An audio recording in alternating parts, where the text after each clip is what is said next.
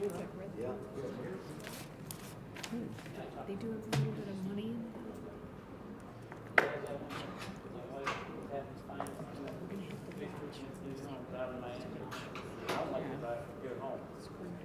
Much less than 9 hours. 9 hours. Did not know that. South Bay, which is right over the border. No, it's all of the above. Clark's, an hour and a half out. No. What do it look like? Pouring licenses. It's bars and restaurants, it's bowling alleys, it's gyms, it's She was out in the country. places, everything where people move the class. There's no traffic, it's all. All the time. Wherever they gather and hang around. But the essential support, they carved out Telling you. exception. That woman bonding thing, you know, she tried to bond with me too much. I'm like, no. Don't play the woman card with me. World headquarters of GM straight across Mains Drive, right? Well, I can imagine it's a matter of, but you're It's an fortunate. 8-lane highway. With licenses, Have a block or party. you know, Class A licenses, you can go Indianapolis. I'm gonna start it now. He's coming in. He's coming in. Okay. Thank you, Bob. No traffic. These cities like that, they got no traffic. You go to Chicago, I told them, Chicago, it might take you an hour to go check. Like, what? It might take you hours.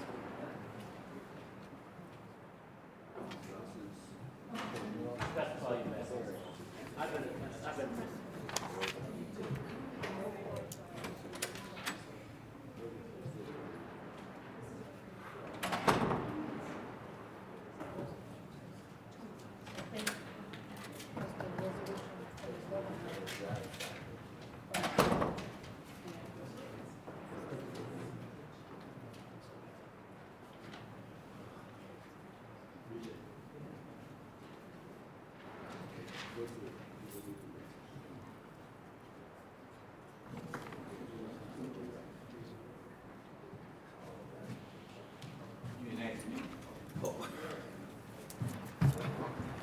Would love for you to lead us in the pledge, man.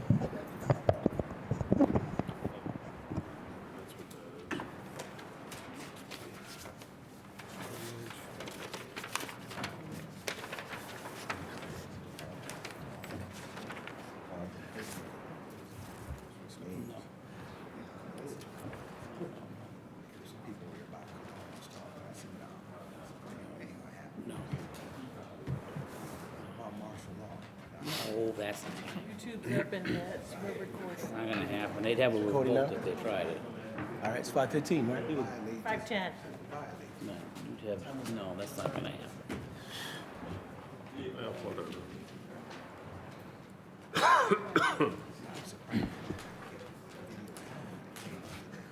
You don't want people. Good evening. Should I say good afternoon? The time has come for our Monday, March 16th, 2020, regular city council meeting. Roll call, please. Alderman Kirkwood. Here. Alderman Newsome. Present. Alderman Turner. Here. Alderman Rivera. Present. Alderman Florian. Here. Alderman Taylor. Present. Alderman Bolton. Present. Alderman Seeger. Present. Alderman Mozio. Here. Mayor Cunningham. Present. You have a To quorum. lead us in the invocation, will be by Pastor Luke McFadden of Christian Neighbors Church, located at 222 North County Street. Immediately following the invocation, I will be leading us in the Pledge of Allegiance. Pastor, all rise, please.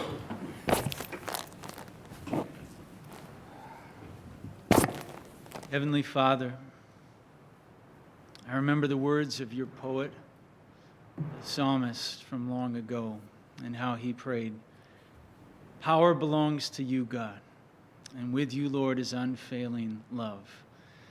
And so tonight, God, we remember that you are strong and you are loving. You are powerful and you are compassionate. We remember that you are merciful and mighty. And so we pray, God, that in love and power, you would guide our city through this uncertain time. We pray for your protection over this city. And to that end, God, we pray that you would bless this meeting. We pray, Father, for our elected officials, that you would lavish your wisdom on them. We ask, God, that they would be able to sense your peace and your presence as they discern our way forward as a community. And we lift up to you every resident made in your image in this place we call home. We pray that the proceedings of this meeting would unfold in a manner conducive to their well-being. We put our hope in you. We pray this in Jesus' name. Amen. Amen. Amen. I pledge allegiance to the flag of the United States of America and to the republic for which it stands, one nation, under God, indivisible, with liberty and justice for all. Thank you, Pastor.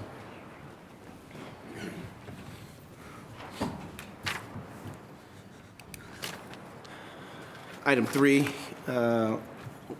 one I see is mayor's comments. For those who are here listening live and those in present, and to the alderman, I say good evening. Tonight is unlike any meeting we have ever had before. Waukegan, along with the state of Illinois, the United States of America, and our world are reacting to an unprecedented situation. The coronavirus represents a threat to our society that we simply cannot ignore. As a result, many of you are aware the city of Waukegan, the state of Illinois, are following the guidelines of medical professionals and are enacting a number of measures to contain the spread of this virus. Social distancing, which means a 6-foot distance between people, is critical to keeping our society safe. As many have already been made aware of, Governor J.B. Pritzker has issued an executive order that all public and private gatherings of 50 people or more are prohibited, closing all bars and restaurants from close of business tonight through Monday, March the 30th. You can still order delivery, use a drive-through, or purchase carryout, but dining in is not allowed. A ban on public and private gathering of 50 people or more also include community, civic, public leisure, faith-based events, sporting events with spectators, concerts, conventions, and other related events. The ban on gathering includes fitness centers, health clubs, bowling alleys, private clubs, and theater. It does not include grocery stores, hospitals, pharmacies, gas stations, banks, credit cards, and shelters. I'm going to repeat that again. It does not include grocery stores, hospitals, pharmacies, gas stations, banks, credit unions, and/or shelters. We understand closing of businesses, schools, courts, and reduction in non-essential government services is incredibly disruptive. I know that this incredibly impactful is incredibly impactful to our daily routines, but these measures are key for keeping you, your families, your friends, your neighbors safe. This will allow our healthcare workers to treat those affected without being overwhelmed. Please continue to check our website and our social media for up-to-date moment information. In the meantime, practice the good rules of clean, cover, and contain. Practice the good rules of clean, cover, and contain. Please fill out, and as I close out, I'm asking you to don't forget about our census online or in paper. And just so you know, I am Walking the walk, I have minds. My census form is complete. It takes 2 minutes. It's actually, what, 5 minutes. So Okay. Janet and I have completed ours. We're gonna put on, we're gonna put on our social media that we're done. Don't forget, we need this to be completed by all of you. And most importantly, be safe, be calm, optimistic, and we'll emerge from this moment together. In the words of Greg Morzio, Waukegan strong. There's one thing that was brought to my attention today, and it was apparently this was in the talk of the county. And it says, save your money. Do not buy City of Waukegan vehicle stickers if you have a garage or driveway.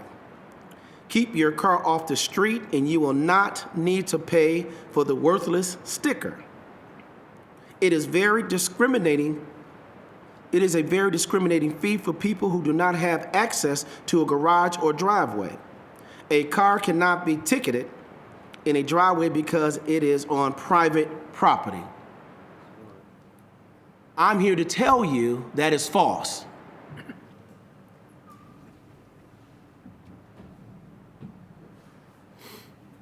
Understand, you must have a city sticker if your license plate comes back to a Waukegan address. If you do not, in your vehicle, whether it be in your driveway, on the street, or elsewhere, we can issue a violation of our city ordinance. So whomever wrote that, you have given misinformation to the citizens of this great city. If you have any questions related to that, please feel free to call my office, 847-599-2510, or our police department. Thank you.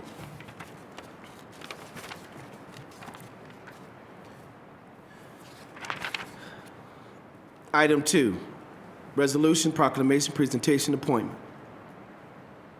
I'm going to motion by Alderman Newsom, second by Alderman Morzio. Mayoral declaration of emergency relating to the coronavirus. Are there any questions? Yeah, could you read it first before we take a vote on it? Madam Clerk, do you have? We have the declaration. We have the declaration.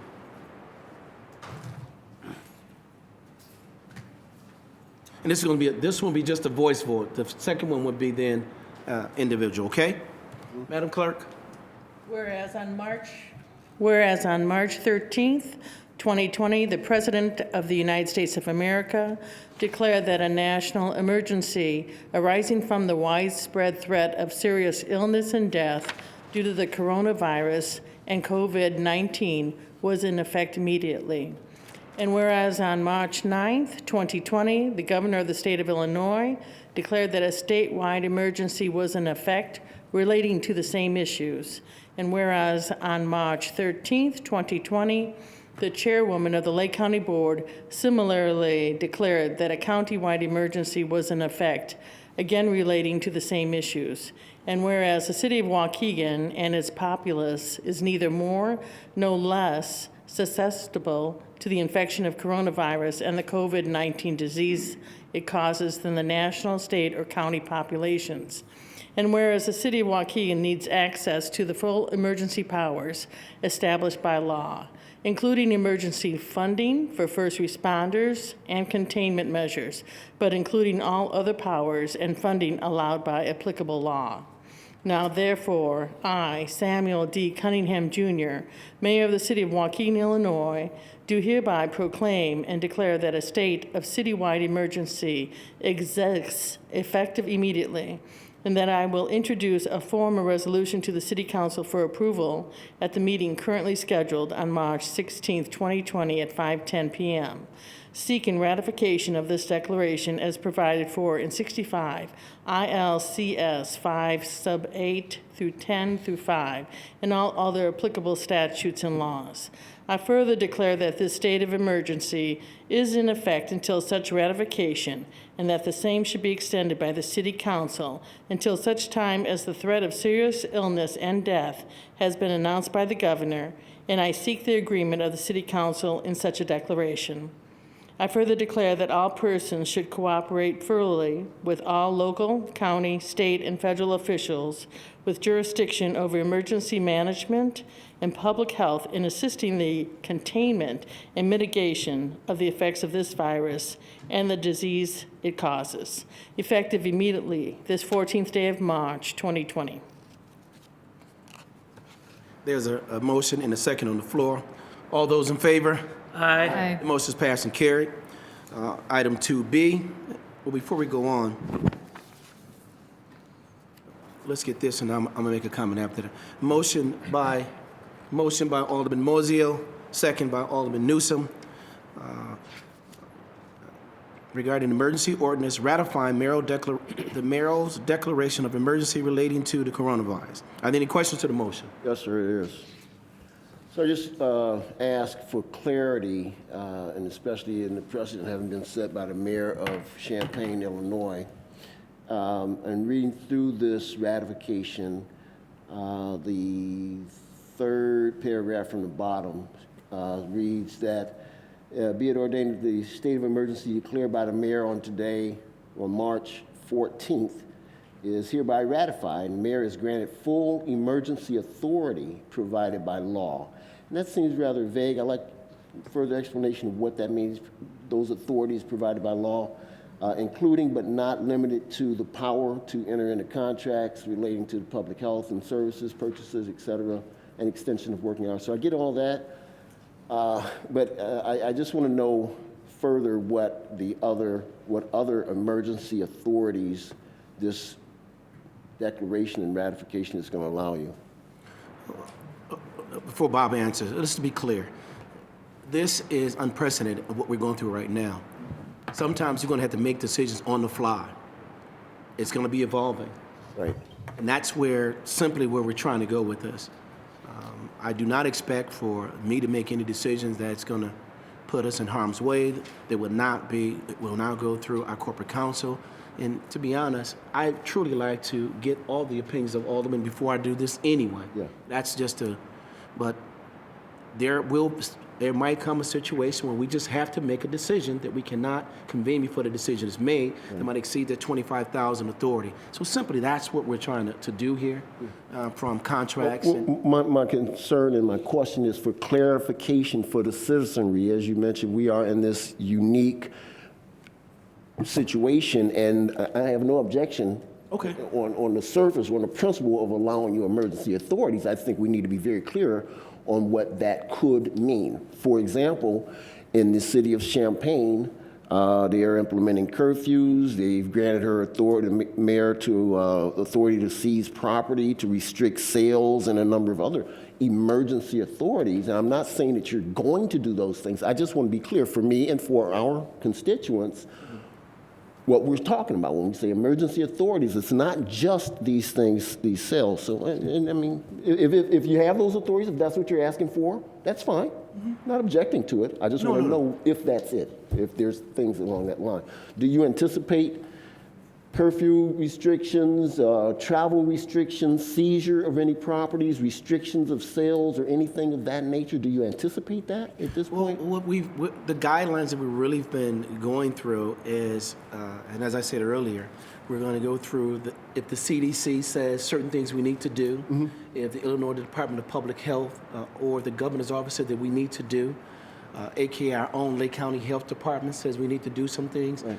Those are the kind of things that we're talking about, and we've been very trying to be consistent with moving forward with whatever those 3 or 4 entities give us guidelines on. Then we will move that and how it will affect the local level.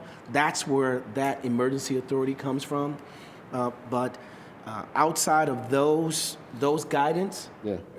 I don't see us doing too many things, but Bob can probably give the legal aspect, but I'm just letting you know, Alderman, I'm taking my direction from the CDC, Illinois Department of Public Health, the governor's office, and in our own Lake County Health Department.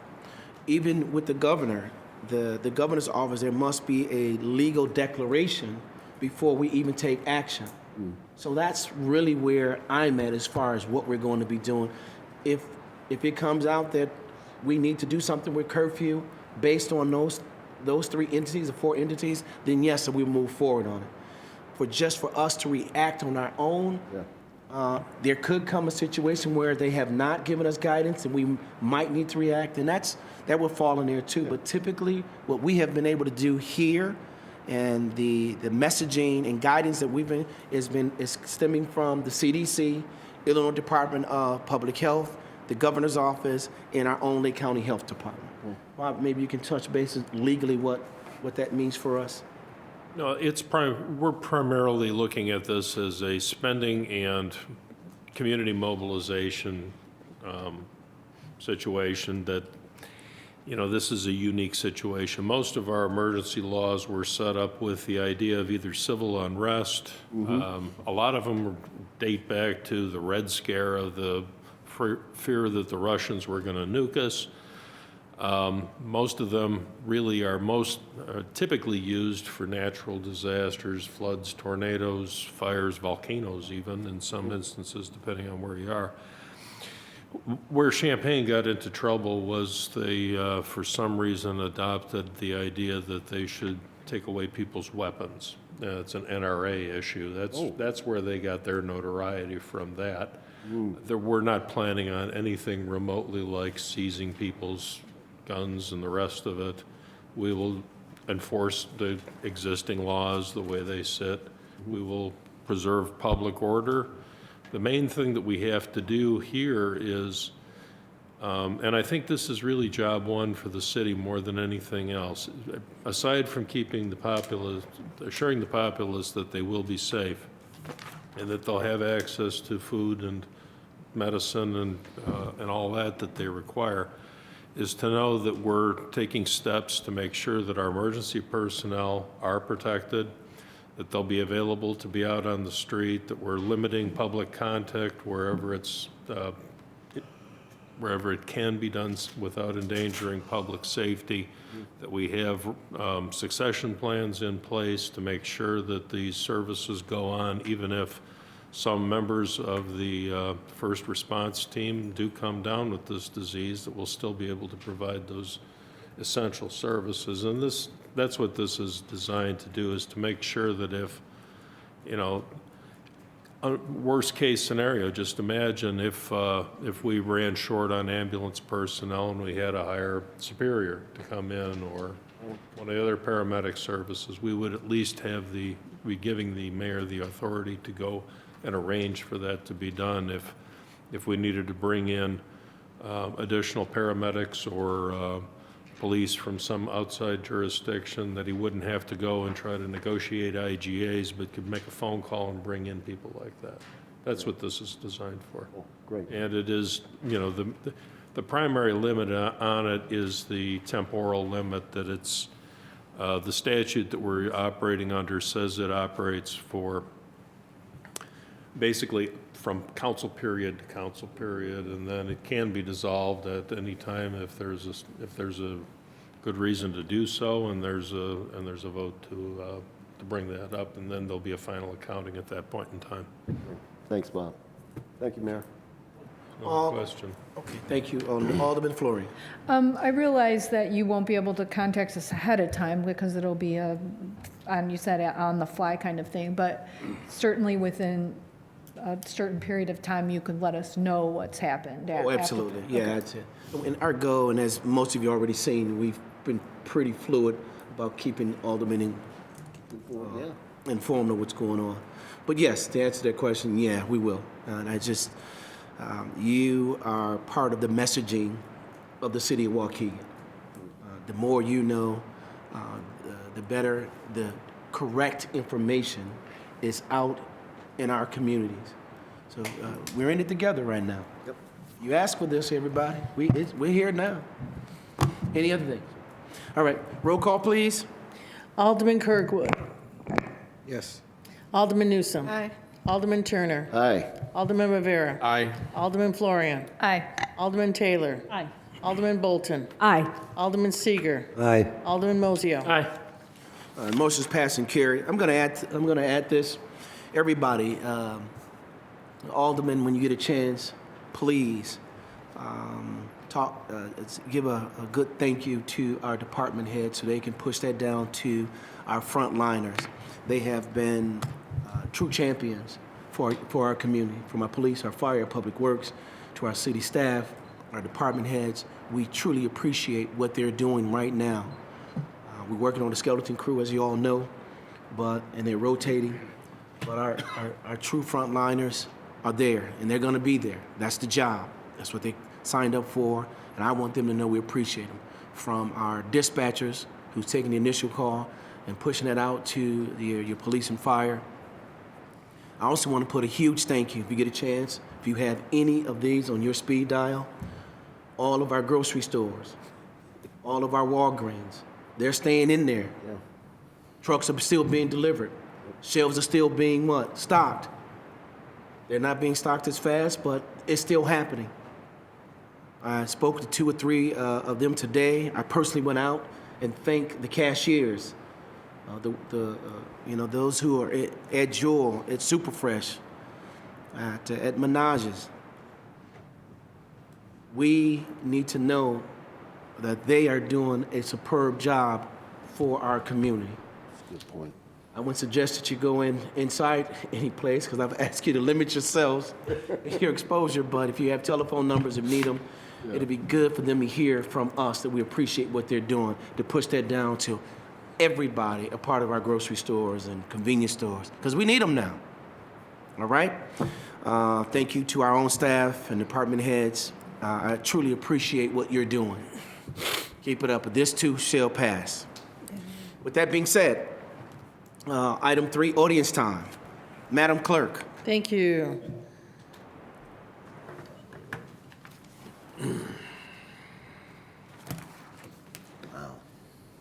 We have 2 people signed up.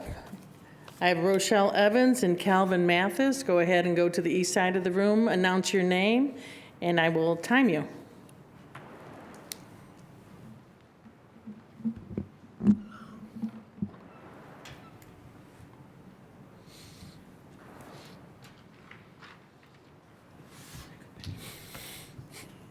Rochelle Evans. Good evening, everyone. My name is Miss Rochelle Marie Evans. I stand before you once again to talk to you about the need to become bilingual in the city of Waukegan. Waukegan is over 50% Hispanic. I hear repeatedly, I need to learn Spanish. I have my own business, and I will teach you how to read, write, and speak in Spanish for better employment opportunities. I attend the University of Illinois Springfield to obtain my certification to teach English as a second language. I will complete the program by the end of 2020. My desire is that the Hispanics learn English as well, so they will not have to have interpreters to translate, and it can also help them have better jobs. Either way, I am determined to help my community. There's an old saying, you can lead the horse to the water, but you can't make them drink. I challenge you today to allow me, in assisting you, to put on your application that you are bilingual, able to read, write, and speak in both the English and the Spanish language. In closing, I would like a contract with the city of Waukegan to teach city officials and or staff Spanish. Many years ago, my father said, together we have the opportunity. Council and mayor, help me, please. Thank you. Thank you. I'm not done. I'm Spanish now. Buenas noches a todos. Me llamo señorita Rochelle Marie Evans. Me presento ante ustedes una vez más para hablarles sobre la necesidad de ser bilingües en la ciudad de Waukegan. Waukegan es más del 50% hispano. Escucho repetidamente, necesito aprender español. Tengo mi propio negocio y te enseñaré a leer, escribir y hablar en español para mejores oportunidades de empleo. Asisto a la Universidad de Illinois Springfield para obtener mi certificación para enseñar inglés como segundo idioma. Completaré el programa para fines de 2020. Mi deseo es eso, los hispanos también aprendan inglés para que no tengan que usar intérpretes para traducir y también les puede ayudar a tener mejores empleos. De cualquier manera, estoy decidido a ayudar a mi comunidad. Hay un viejo dicho, puedes llevar al caballo al agua, pero no puedes obligarlo a beber. Te reto hoy a que me permitas ayudarte a poner en tu solicitud que eres bilingüe, capaz de leer, escribir y hablar tanto en inglés como en español. Para terminar, me gustaría un contrato con la ciudad de Waukegan para enseñar a los funcionarios de la ciudad y o personal español. Hace muchos años mi padre dijo que juntos tenemos la oportunidad. Consejo y alcalde, ayúdame, por favor, gracias. Gracias.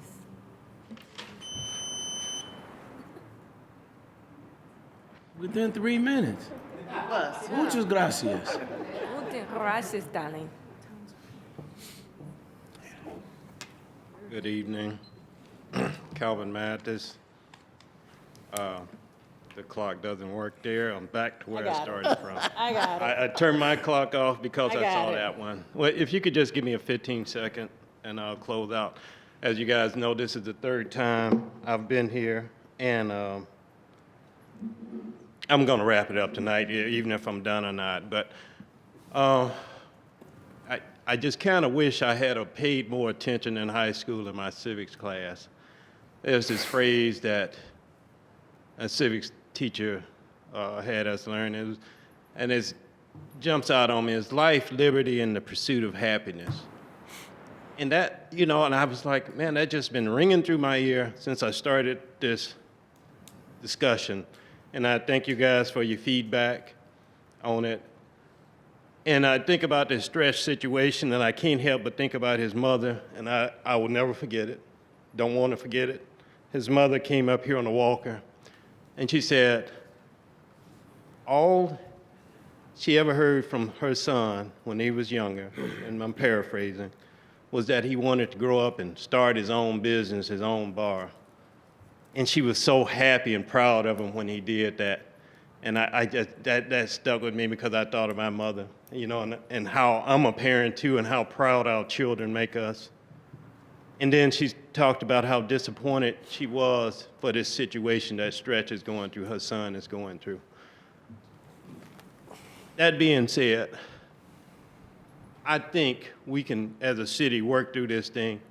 And I talked about integrity the last time I was up here, because I don't question any of you guys' integrity. Let me say that up front. I don't even know you that well, but I know you when I come in here. Actually, I've had experiences. Mayor Cunningham was the person that's the reason why I'm here. Keith always been a community guy. Keith don't remember, 15 years ago, he would come to the church and put big collections in the collection plate because he was supporting the church. Now, he would let you know that some type of way, but I'm fine with that because you were doing good community work. And Mo just been a good alderman. So I don't have no reason to question any of your integrity. But this thing with Stretch is so important because there's so many elements here, so many. And if it's just a case of somebody making a mistake, that's fine. Or if it's a case of Stretch maybe being a little paranoid, that's fine too. But the thing about it, we need to find out what the situation is. We just can't leave that hanging out there because, like I said, this has a lot of elements to it. And I just want to emphasize that phrase again, life, liberty, and the pursuit of happiness. That's the American way. That's what America is about. And so that being said, I just want you to keep that in consideration. Thank you, sir. Thank you. Thank you. No, I got the backup. I got a backup. Thank you, Calvin. That concludes audience time, sir.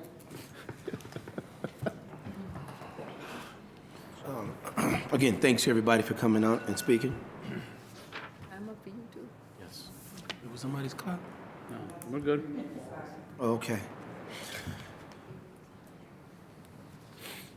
Motion by Alderman Florian, second by Alderman Seeger, for consent agenda, items A through K. Are there any questions to the motion? Alderman Rivera. Yeah, can we pull out item E for just small discussion, please? Sure. Was that B or D? E, item E. Oh, excuse me. Thank you. Any All right. There's a motion on the floor in a second for consent agenda A through D, E, and F through K. Any other questions? I'll read them.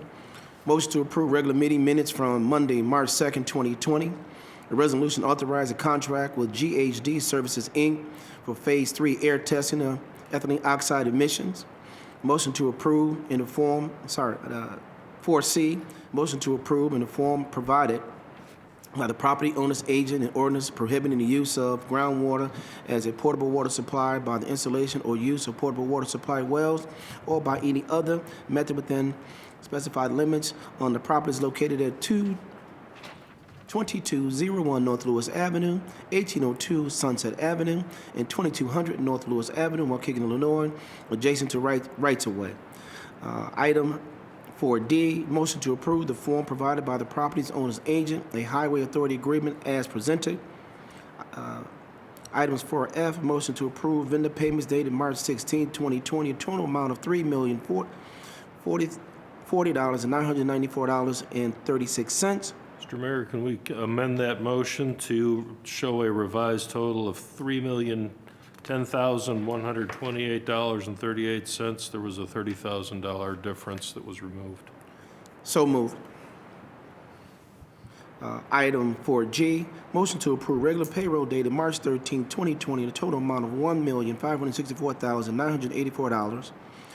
Item 4H, motion to approve elected officials and civil service stipend dated March 13, 2020, total amount of $6,866.66.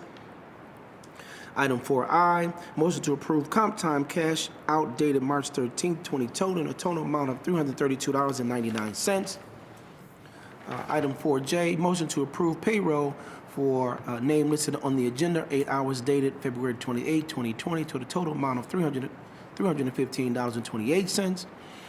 Items 4K, motion to approve all raffle sales applications. With there being no other questions to the motion, roll call, please. Alderman Kirkwood. Yes. Alderman Newsome. Aye. Alderman Turner. Aye. Alderman Rivera. Aye. Alderman Florian. Aye. Alderman Taylor. Aye. Alderman Bolton. Aye. Alderman Seeger. Aye. Alderman Mozio. Aye. Motion is passed and carried. Motion by Alderman Rivera, second by Alderman Mozio, to approve an ordinance certifying zoning calendar 2596, text amendment to section 3.13, fees of the Waukegan zoning ordinance regarding application fees for medical and recreational cannabis establishment. Alderman Rivera. I appreciate the additional information that was given to us, and I believe, Noel, you handed that. Thank you very much. I just feel that this is an opportunity for us to set a proper amount based on some of the information that was given. Also, we may not have an opportunity to do this again, or if we do it again, it just makes us look like we keep changing our minds. So $2,500 seems like a small amount to charge. That would be my comment.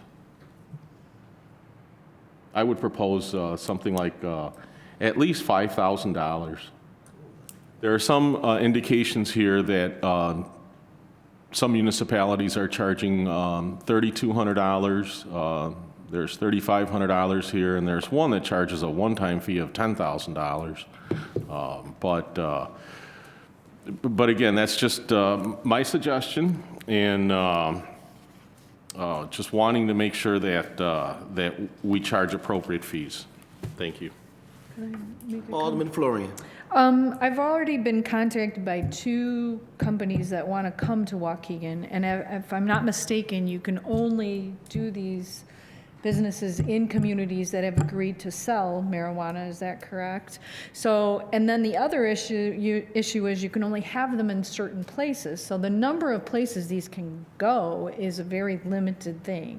We're gonna be wanted, you know, people want this and are willing to pay a lot of money for it. They were the one person that talked to me, they were gonna buy a building in my ward for over $1 million to do a craft grow. So I think a $5,000 permit fee is minuscule compared to what it's gonna cost them in the long run. And I agree with Alderman Rivera. I think we should consider maybe making this a little higher. Thank you. Is this, Alderman Moiseo. Alderman, you want a permit fee or application fee? This is an application. Application fee. No, okay. Well, once you come and give your, The permit fee is based on square footage, right? The business license fee is based on square footage, correct? This would be the application fee for the conditional use permit. There's also an application fee for the business license, which is $25. The business license is 150 plus, I'm sorry, 100 plus whatever is based on square footage, correct? So there's no additional permit fee then? There would be building permits, assuming that most places would need to be retrofitted for that use. But this is an application fee for a conditional use permit application. Your Honor? We have, I'm sorry. I'm sorry, Noel. We have recently accepted 2 applications for the next Planning and Zoning Commission meeting next month, and those both came in at $500 under the current fee. yeah, I think there's some confusion as to the planning and zoning has an application fee. That's just to submit for planning and zoning. Then once it gets to, let's say, it's approved, then there is our normal license fee, our normal building permit fee. So there's 2 different fees we're talking about. So if you guys are saying, in order to apply for, basically they're trying to apply for a conditional use permit, got to go through zoning, you want that to be $5,000. I would caution, because then we're inconsistent with what we charge others to do that. Our current ordinance is $5,000 for medical cannabis and $500 for recreational. Because when medical was adopted a number of years ago, we adopted that application fee at that time. When we adopted the ordinances for recreational cannabis uses, we didn't change the application fee, so it falls under the standard conditional use permit application fee for conditional uses in the business districts, which is $500. So we need a separate one for craft grow then, because that's what this is, right? This covers all of the recreational. Actually, this ordinance change adjusts the medical down to $2,500 and all the recreational ones up to $2,500 instead of $5,000 and $500. So those 2 people who have applied so far and paid $500, we're now saying they should have paid $2,500. If this had been adopted at the last council meeting, they would have paid $2,500. So it's, Your Honor. We have Alderman Moiseo, then Alderman Kirkwood. So if they've already done it and these 2 passed the muster, they're going to get the 2 that are allowed in Waukegan anyway, correct? Neither of these is a dispensary. One is a craft grower and one is a transporter. My question with Corporation Council, which would we have more legal latitude on, an application fee or a business licensing fee? Application fee by far.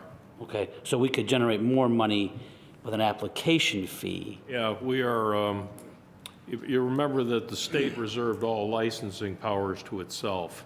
So our ability, all we can do is charge an ordinary business license, the same as we charge for any other business in the city. My point at the last council meeting was, would an applicant have a legal case to say, wait a minute, you're charging me this much money, it's not costing you that much to go through my application, or would they have no legal basis for that? The application fee is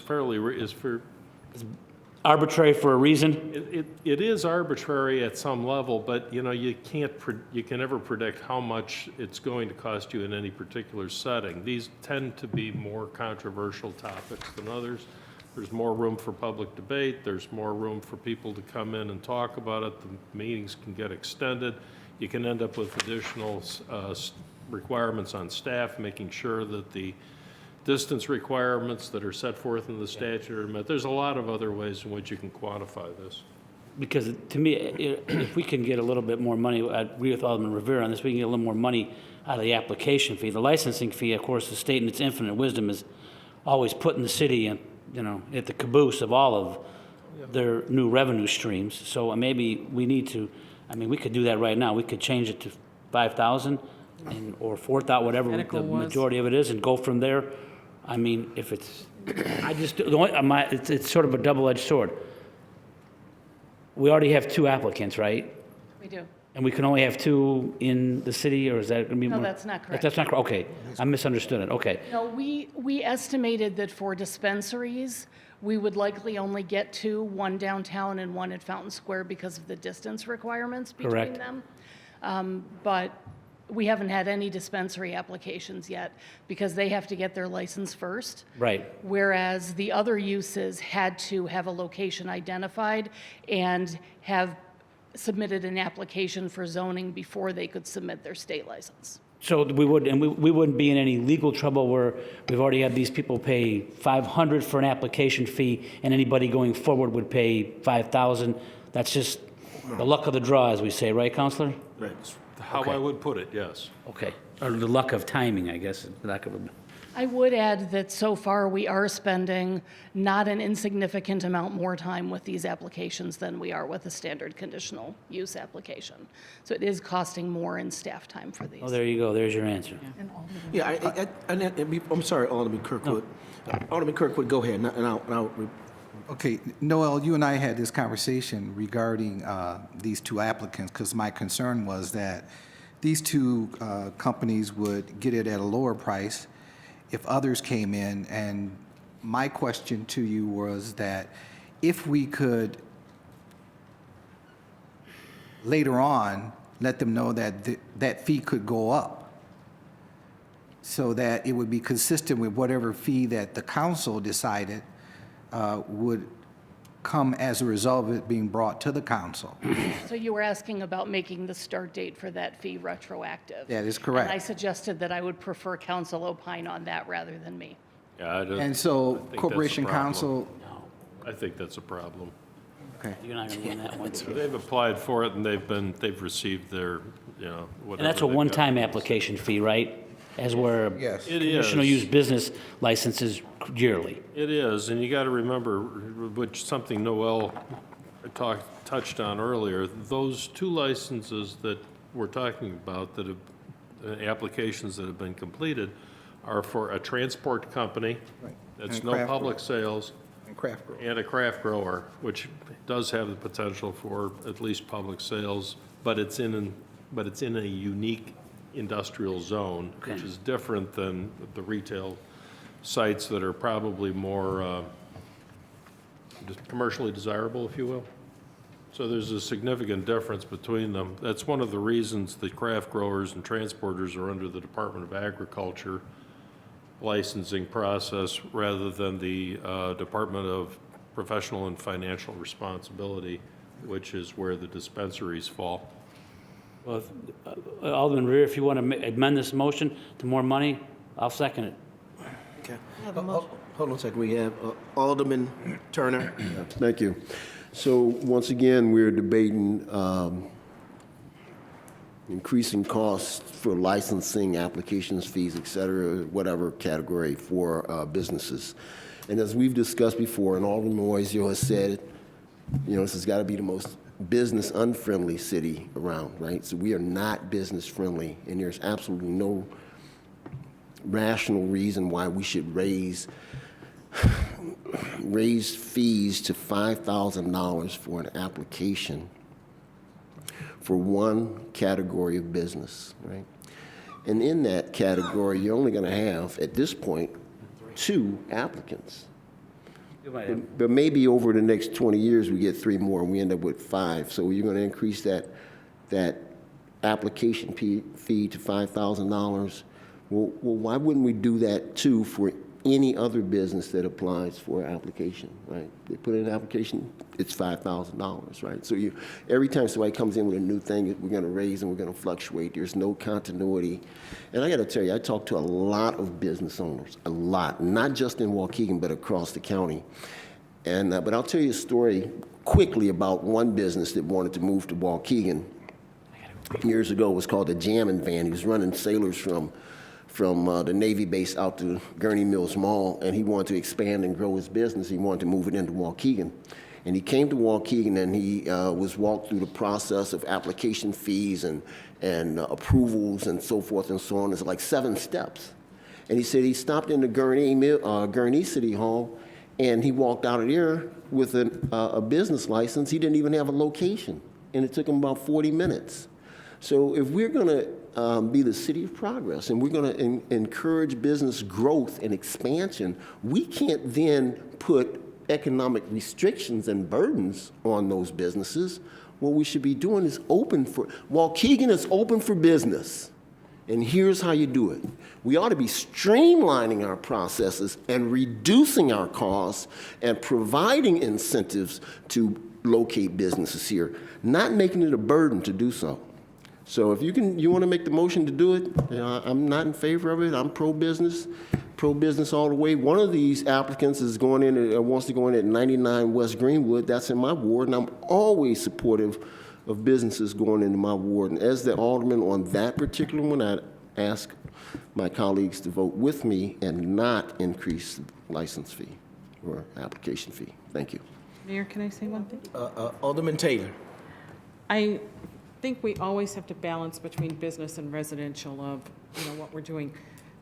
We charge an enormous amount compared with other communities for building permits when you want to do additions to your homes or anything like that. If you compare to the rest of Lake County, we are one of the highest in building permit fees. And the problem it has caused is that people bypass the process and just go do the construction themselves and never come in here and get a permit. And then we find out about their problems later through code enforcement. So one of the issues I have here is that as a community, as a city, we need to raise X amount of dollars. This is a business that requires more of our staff's time than some of the other issues. I have to balance, does a business pay that, or does a resident end up paying more in other fees? So for me, I feel like this is a business right now that is requiring more of our time. It's more controversial in the community, that I think that those fees can be justified as opposed to raising like building permit fees when we need money to run the city. You know what I mean? It's just where eventually the money has to come from somewhere, and where is it going to be? And I think right now, some of this has been passed on to the residents so much that we have to also have our businesses contribute, keeping in mind what hardships they're going through right now.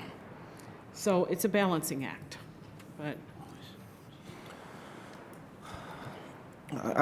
I'm sorry, Alderman Rivera? Yeah, I would like to go ahead and propose then we change the amount from $2,500 to $5,000 and move forward. Before we do that, you get a second, let me say this. One, when it comes to anything that we do, I think sometimes people, and maybe our residents or outside who do business with us, understand there is a cost to do business in any community. What we have been trying to do is certainly be fair with that cost, but at the same time, take a look at what it costs the city to do these services. While we're not in the business of gaining profit, we have been taking a look at what it truly costs us to provide these services.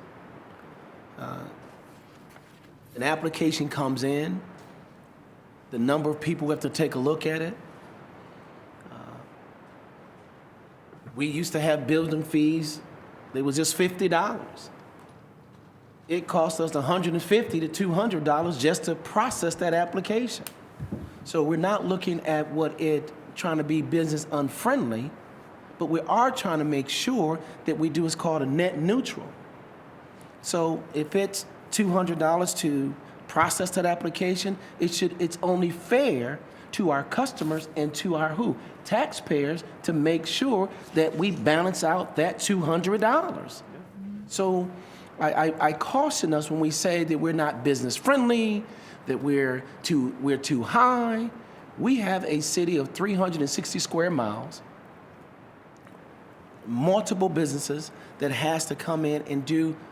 Everyone still has to go through zoning, building department, police department. So there's a cost.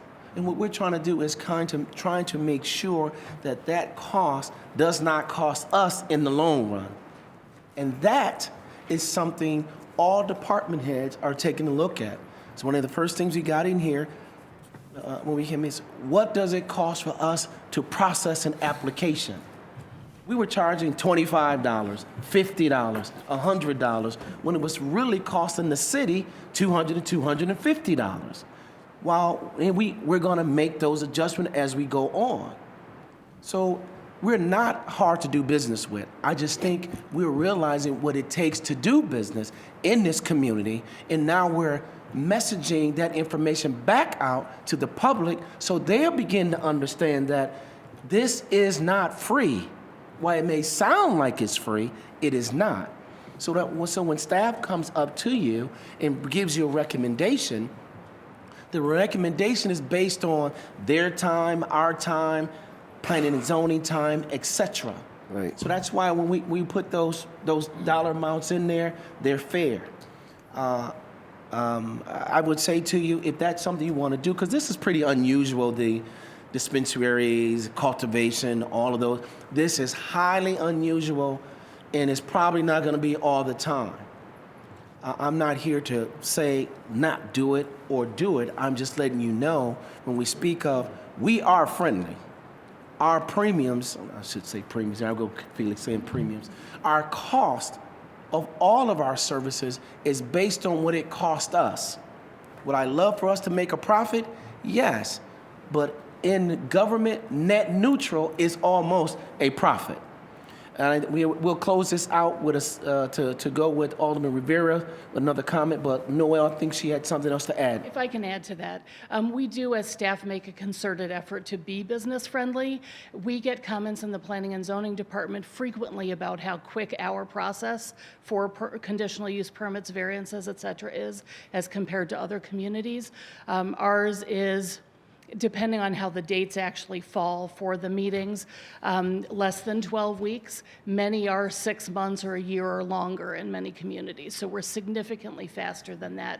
And in the months where we have the opportunity to have a special committee meeting on the third Monday, instead of holding something off till the first Monday of the following month, we make an effort to do that. We do have statutorily required publication requirements that we publish a legal notice at least 15 days before the Planning and Zoning Commission public hearing.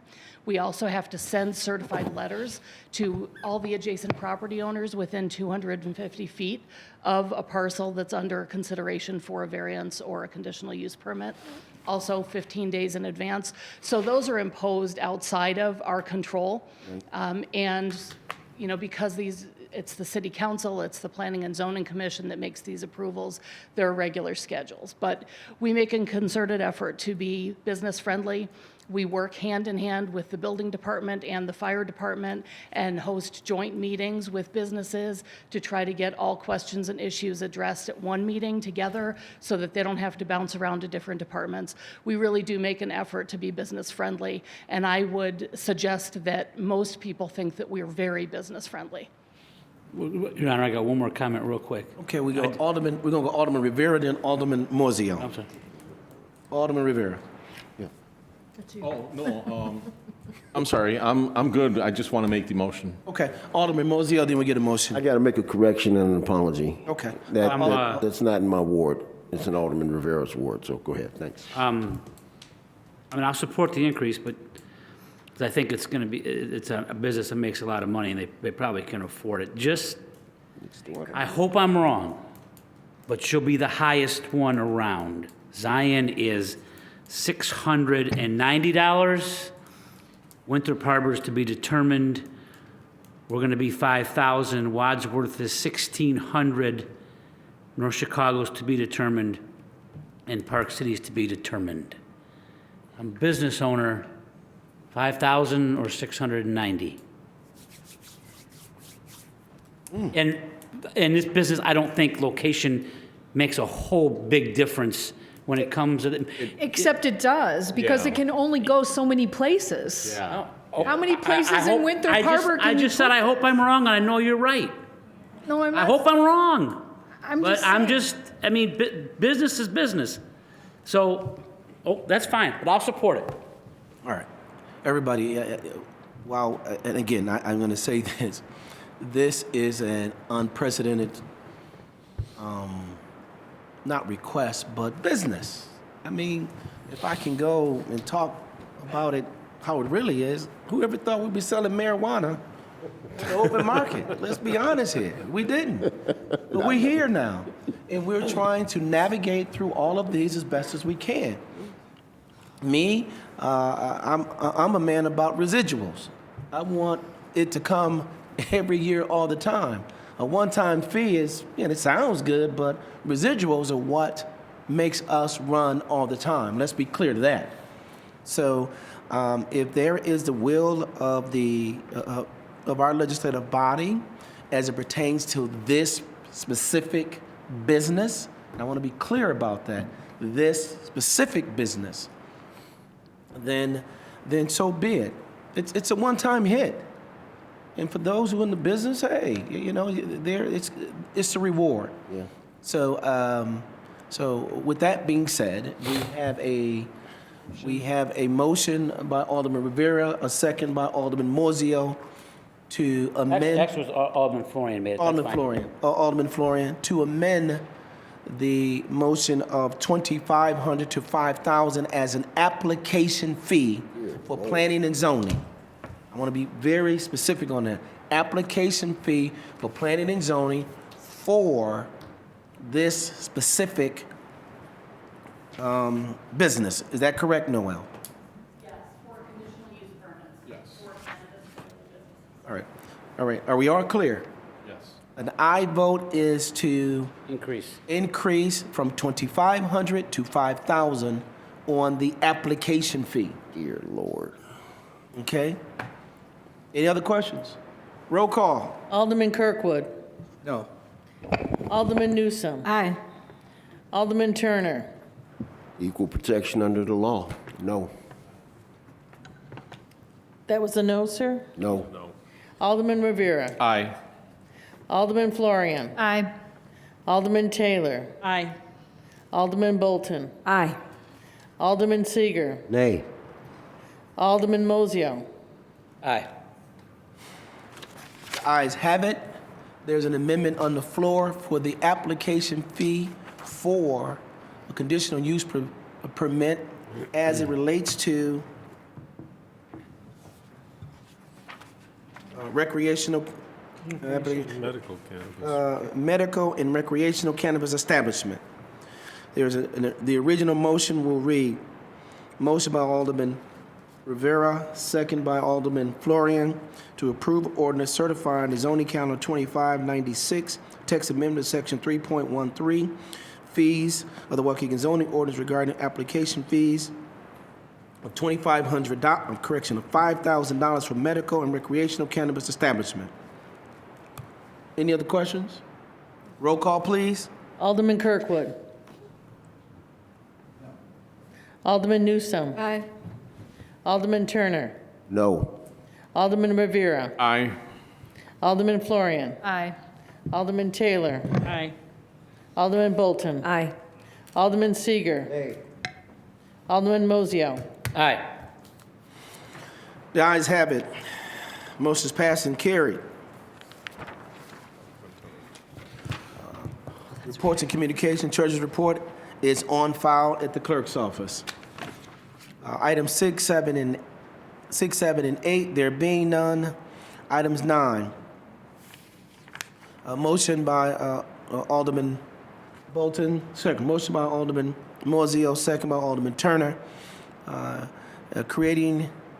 Ordinance creating a video gaming license for TKO Services LLC doing business as Ooey Sweet Tea Cafe, number 29. Any questions to the motion? Yeah, just not a question, a comment. I just want for clarity for the public to understand that in creating this gaming license downtown on Genesee Street, where Ooey Sweet Tea Cafe 29 is located, though it falls within the distance limitation or distance restrictions under our city ordinance, there was an exception cut out for the enterprise district, and Genesee Street is one enterprise district. We also have another at Fountain Square, so that is why this is being allowed within that, what would normally be a distance limitation. So. Roll call, please. Thank you, Alderman. Alderman Kirkwood. Yes. Alderman Newsom. Nay. Alderman Turner. Aye. Alderman Rivera. Went to the bathroom. Wait 1 minute. Keep going, we'll come back. Oh. Alderman Florian. No. Alderman Taylor. No. Alderman Bolton. Aye. Alderman Seager. Aye. Alderman Moiseo. Aye. Vote's irrelevant. 3 so far. So gets the vote. The motion passes. I mean, we'll Matter. you record his. We can record it when he comes. Is that okay, Bob? Just wait for him. Yeah, we'll just wait a moment. Don't allow him to vote. In here. That'll tell us whether or not you need to vote, Mayor.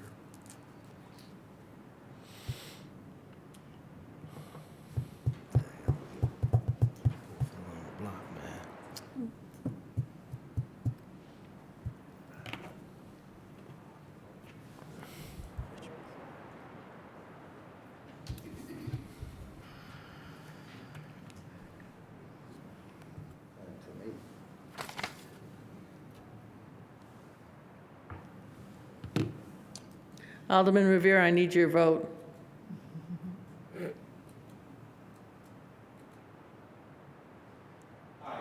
Thank you. Motion's passed and carried. Thank you. Motion by Alderman Florian, second by No. Me, I'll take it. you. Okay, Alderman Turner, to approve an ordinance creating Class A1 Tavern with Outside Services liquor license for Enrichment Enterprise 4555 York House Road. Any questions to the motion? Roll call, please. Alderman Kirkwood. Abstain. Alderman Newsom. Nay. Alderman Turner. Aye. Alderman Rivera. Aye. Alderman Florian. Aye. Alderman Taylor. Aye. Alderman Bolton. Aye. Alderman Seager. Aye. Alderman Moiseo. Aye. Motion's passed and carried. Items 10, there being none. Closing items, Alderman's time. Madam Clerk. Alderman Kirkwood. Just a reminder to the public in regards to the coronavirus, I think it's important that we adhere to the guidelines that have been set not only by the governor of Illinois, but also by our president. We need to be careful in regards to the distance. Also, for ward meetings that have been laid out there, we have to be careful, Alderman, regarding that. I'm going to be postponing my upcoming ward meeting until we get more direction in terms of that, because normally we have more than 25 people in a particular area. Also, in terms with the weather changing, we need to make sure that in the fourth ward, we want to make sure that we contact advance when you have large items, couches, things of that nature. Please do not just put them on the parkway. You must contact advance before your pickup day, otherwise they'll stay out on the parkway. Our code enforcement officers will be sending out letters to those particular areas that I see mattresses, refrigerators, and other things that are laying out on the parkway. Once again, let's be safe throughout this period of time. Also, for the gentleman that talked about stretches, certainly we have been in meetings, the mayor and myself with Alderman Turner. So we are talking with them and waiting for them to get back to us. So we've been doing that last couple of weeks, so it's not gone in vain. So we've had some meetings with them. We're waiting for them to get back to us. Thank you. Alderman Newsom.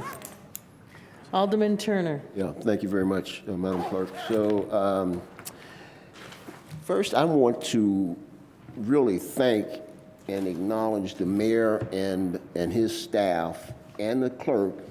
I mean, you guys are doing a phenomenal job keeping me and all of us informed what's going on with the emergency orders and steps that are being taken. And I'm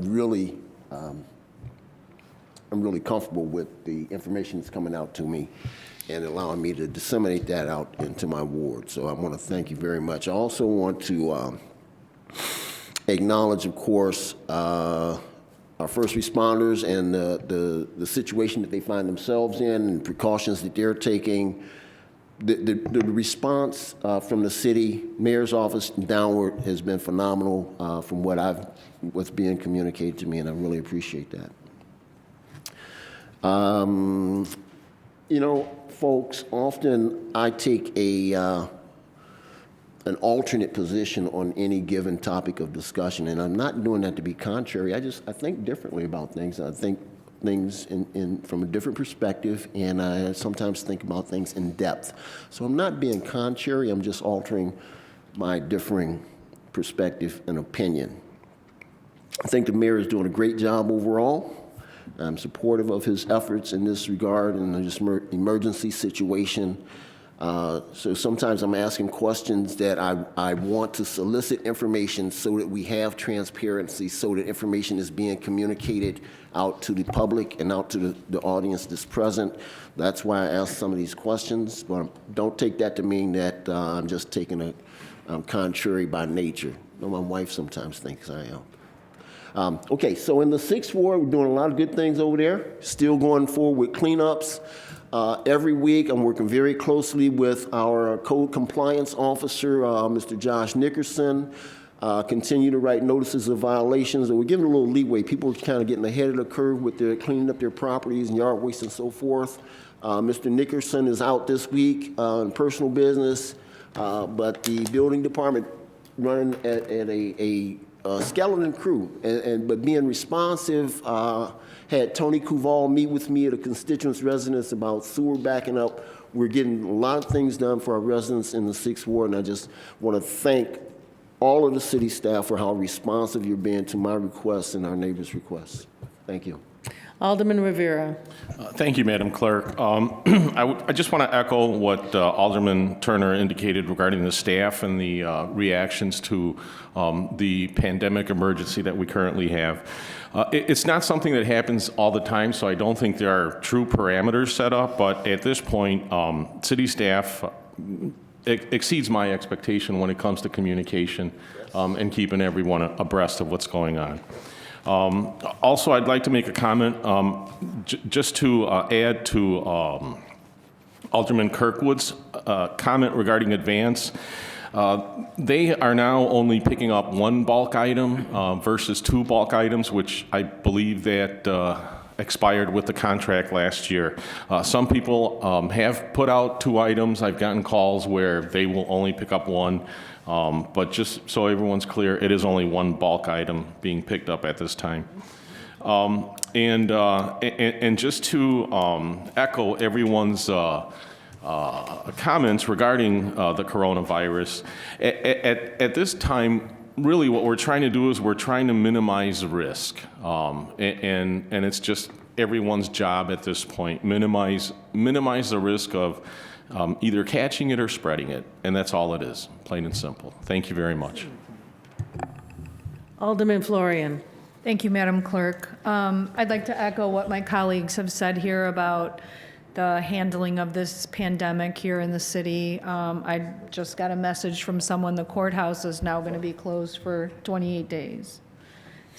So things are changing rapidly. In spite of all of that that's going on, though, I want to remind everyone that tomorrow is Election Day. Please do not forget to vote. We have a lot of important local elections, as well as obviously choosing our candidates for president. So please make sure you take the time to go out and vote, and practice your social distancing while you wait in line. I also want to echo what the mayor said earlier about the census. The forms are coming in the mail to encourage you to fill it out online. This is very important. We need to know exactly how many people we have and where they are. The questions are simple: names, ages, sex, and race of all the people living in your home as of April 1st. That's it. The information provided helps the federal government determine things like whether states will lose or gain seats in the U.S. House. An accurate count also determines how more than $675 billion, with a B, dollars in federal funding will be distributed to each state and its communities. We could use our fair share of that. So please answer the census, including people that are undocumented. Even they need to be counted. They're using our city services. They're using our resources. We need to count everybody. So by law, they are not allowed to use census data for anything other than the count. So please do not be afraid to fill out your form and online or send it in the mail. Thank you. Alderman Taylor. I just want to remind people that, you know, I think I saw a quote that was one of the best things I've seen is, our grandfathers went off to war. We're asking to stay home and sit on our couch. I think we can handle it. We've lived through these things before. We've been through the AIDS crisis. We've been through 9/11. It changes society. If something good comes out of this is that we will check on our neighbors, we will do a little bit more infection control, we will take this time to rebond with our families and our community. But things are going to get a little tight for a while. Things are going to be closed. Again, in addition to the courthouse, all driver's license facilities will be closed starting tomorrow through March 31st.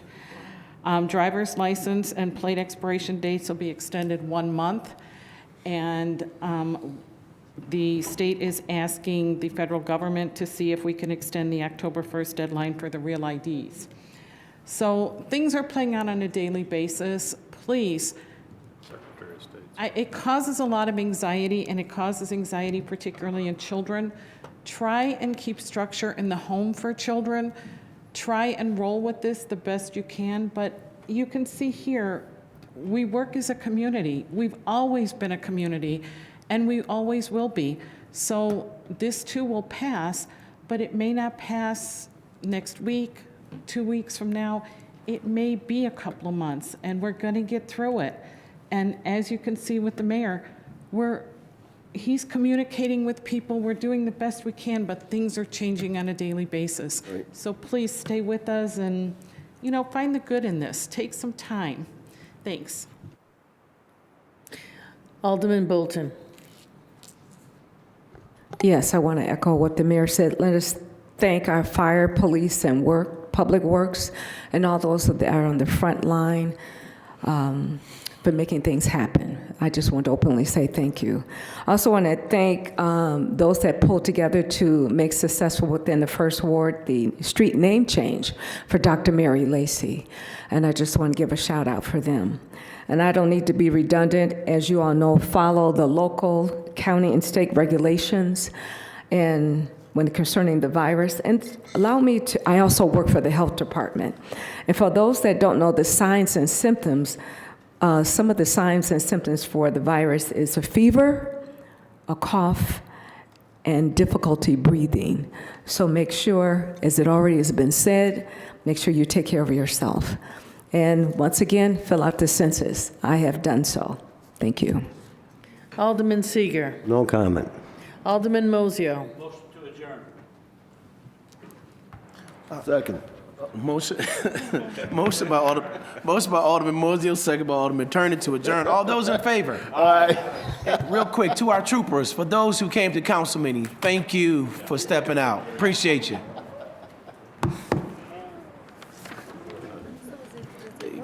Brother Blanks, next time, we're gonna get you to,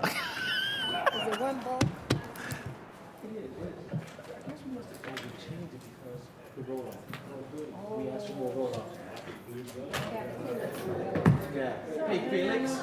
Felix? Hey, Felix? Yes, sir. It was, we did because we asked for more roll-offs for Operation Clean Sweep. That's why it changed. It used to be two. Oh, yeah. So we put more, we asked for more roll-offs, which was more important. Yeah, that's what. They don't want to transport stuff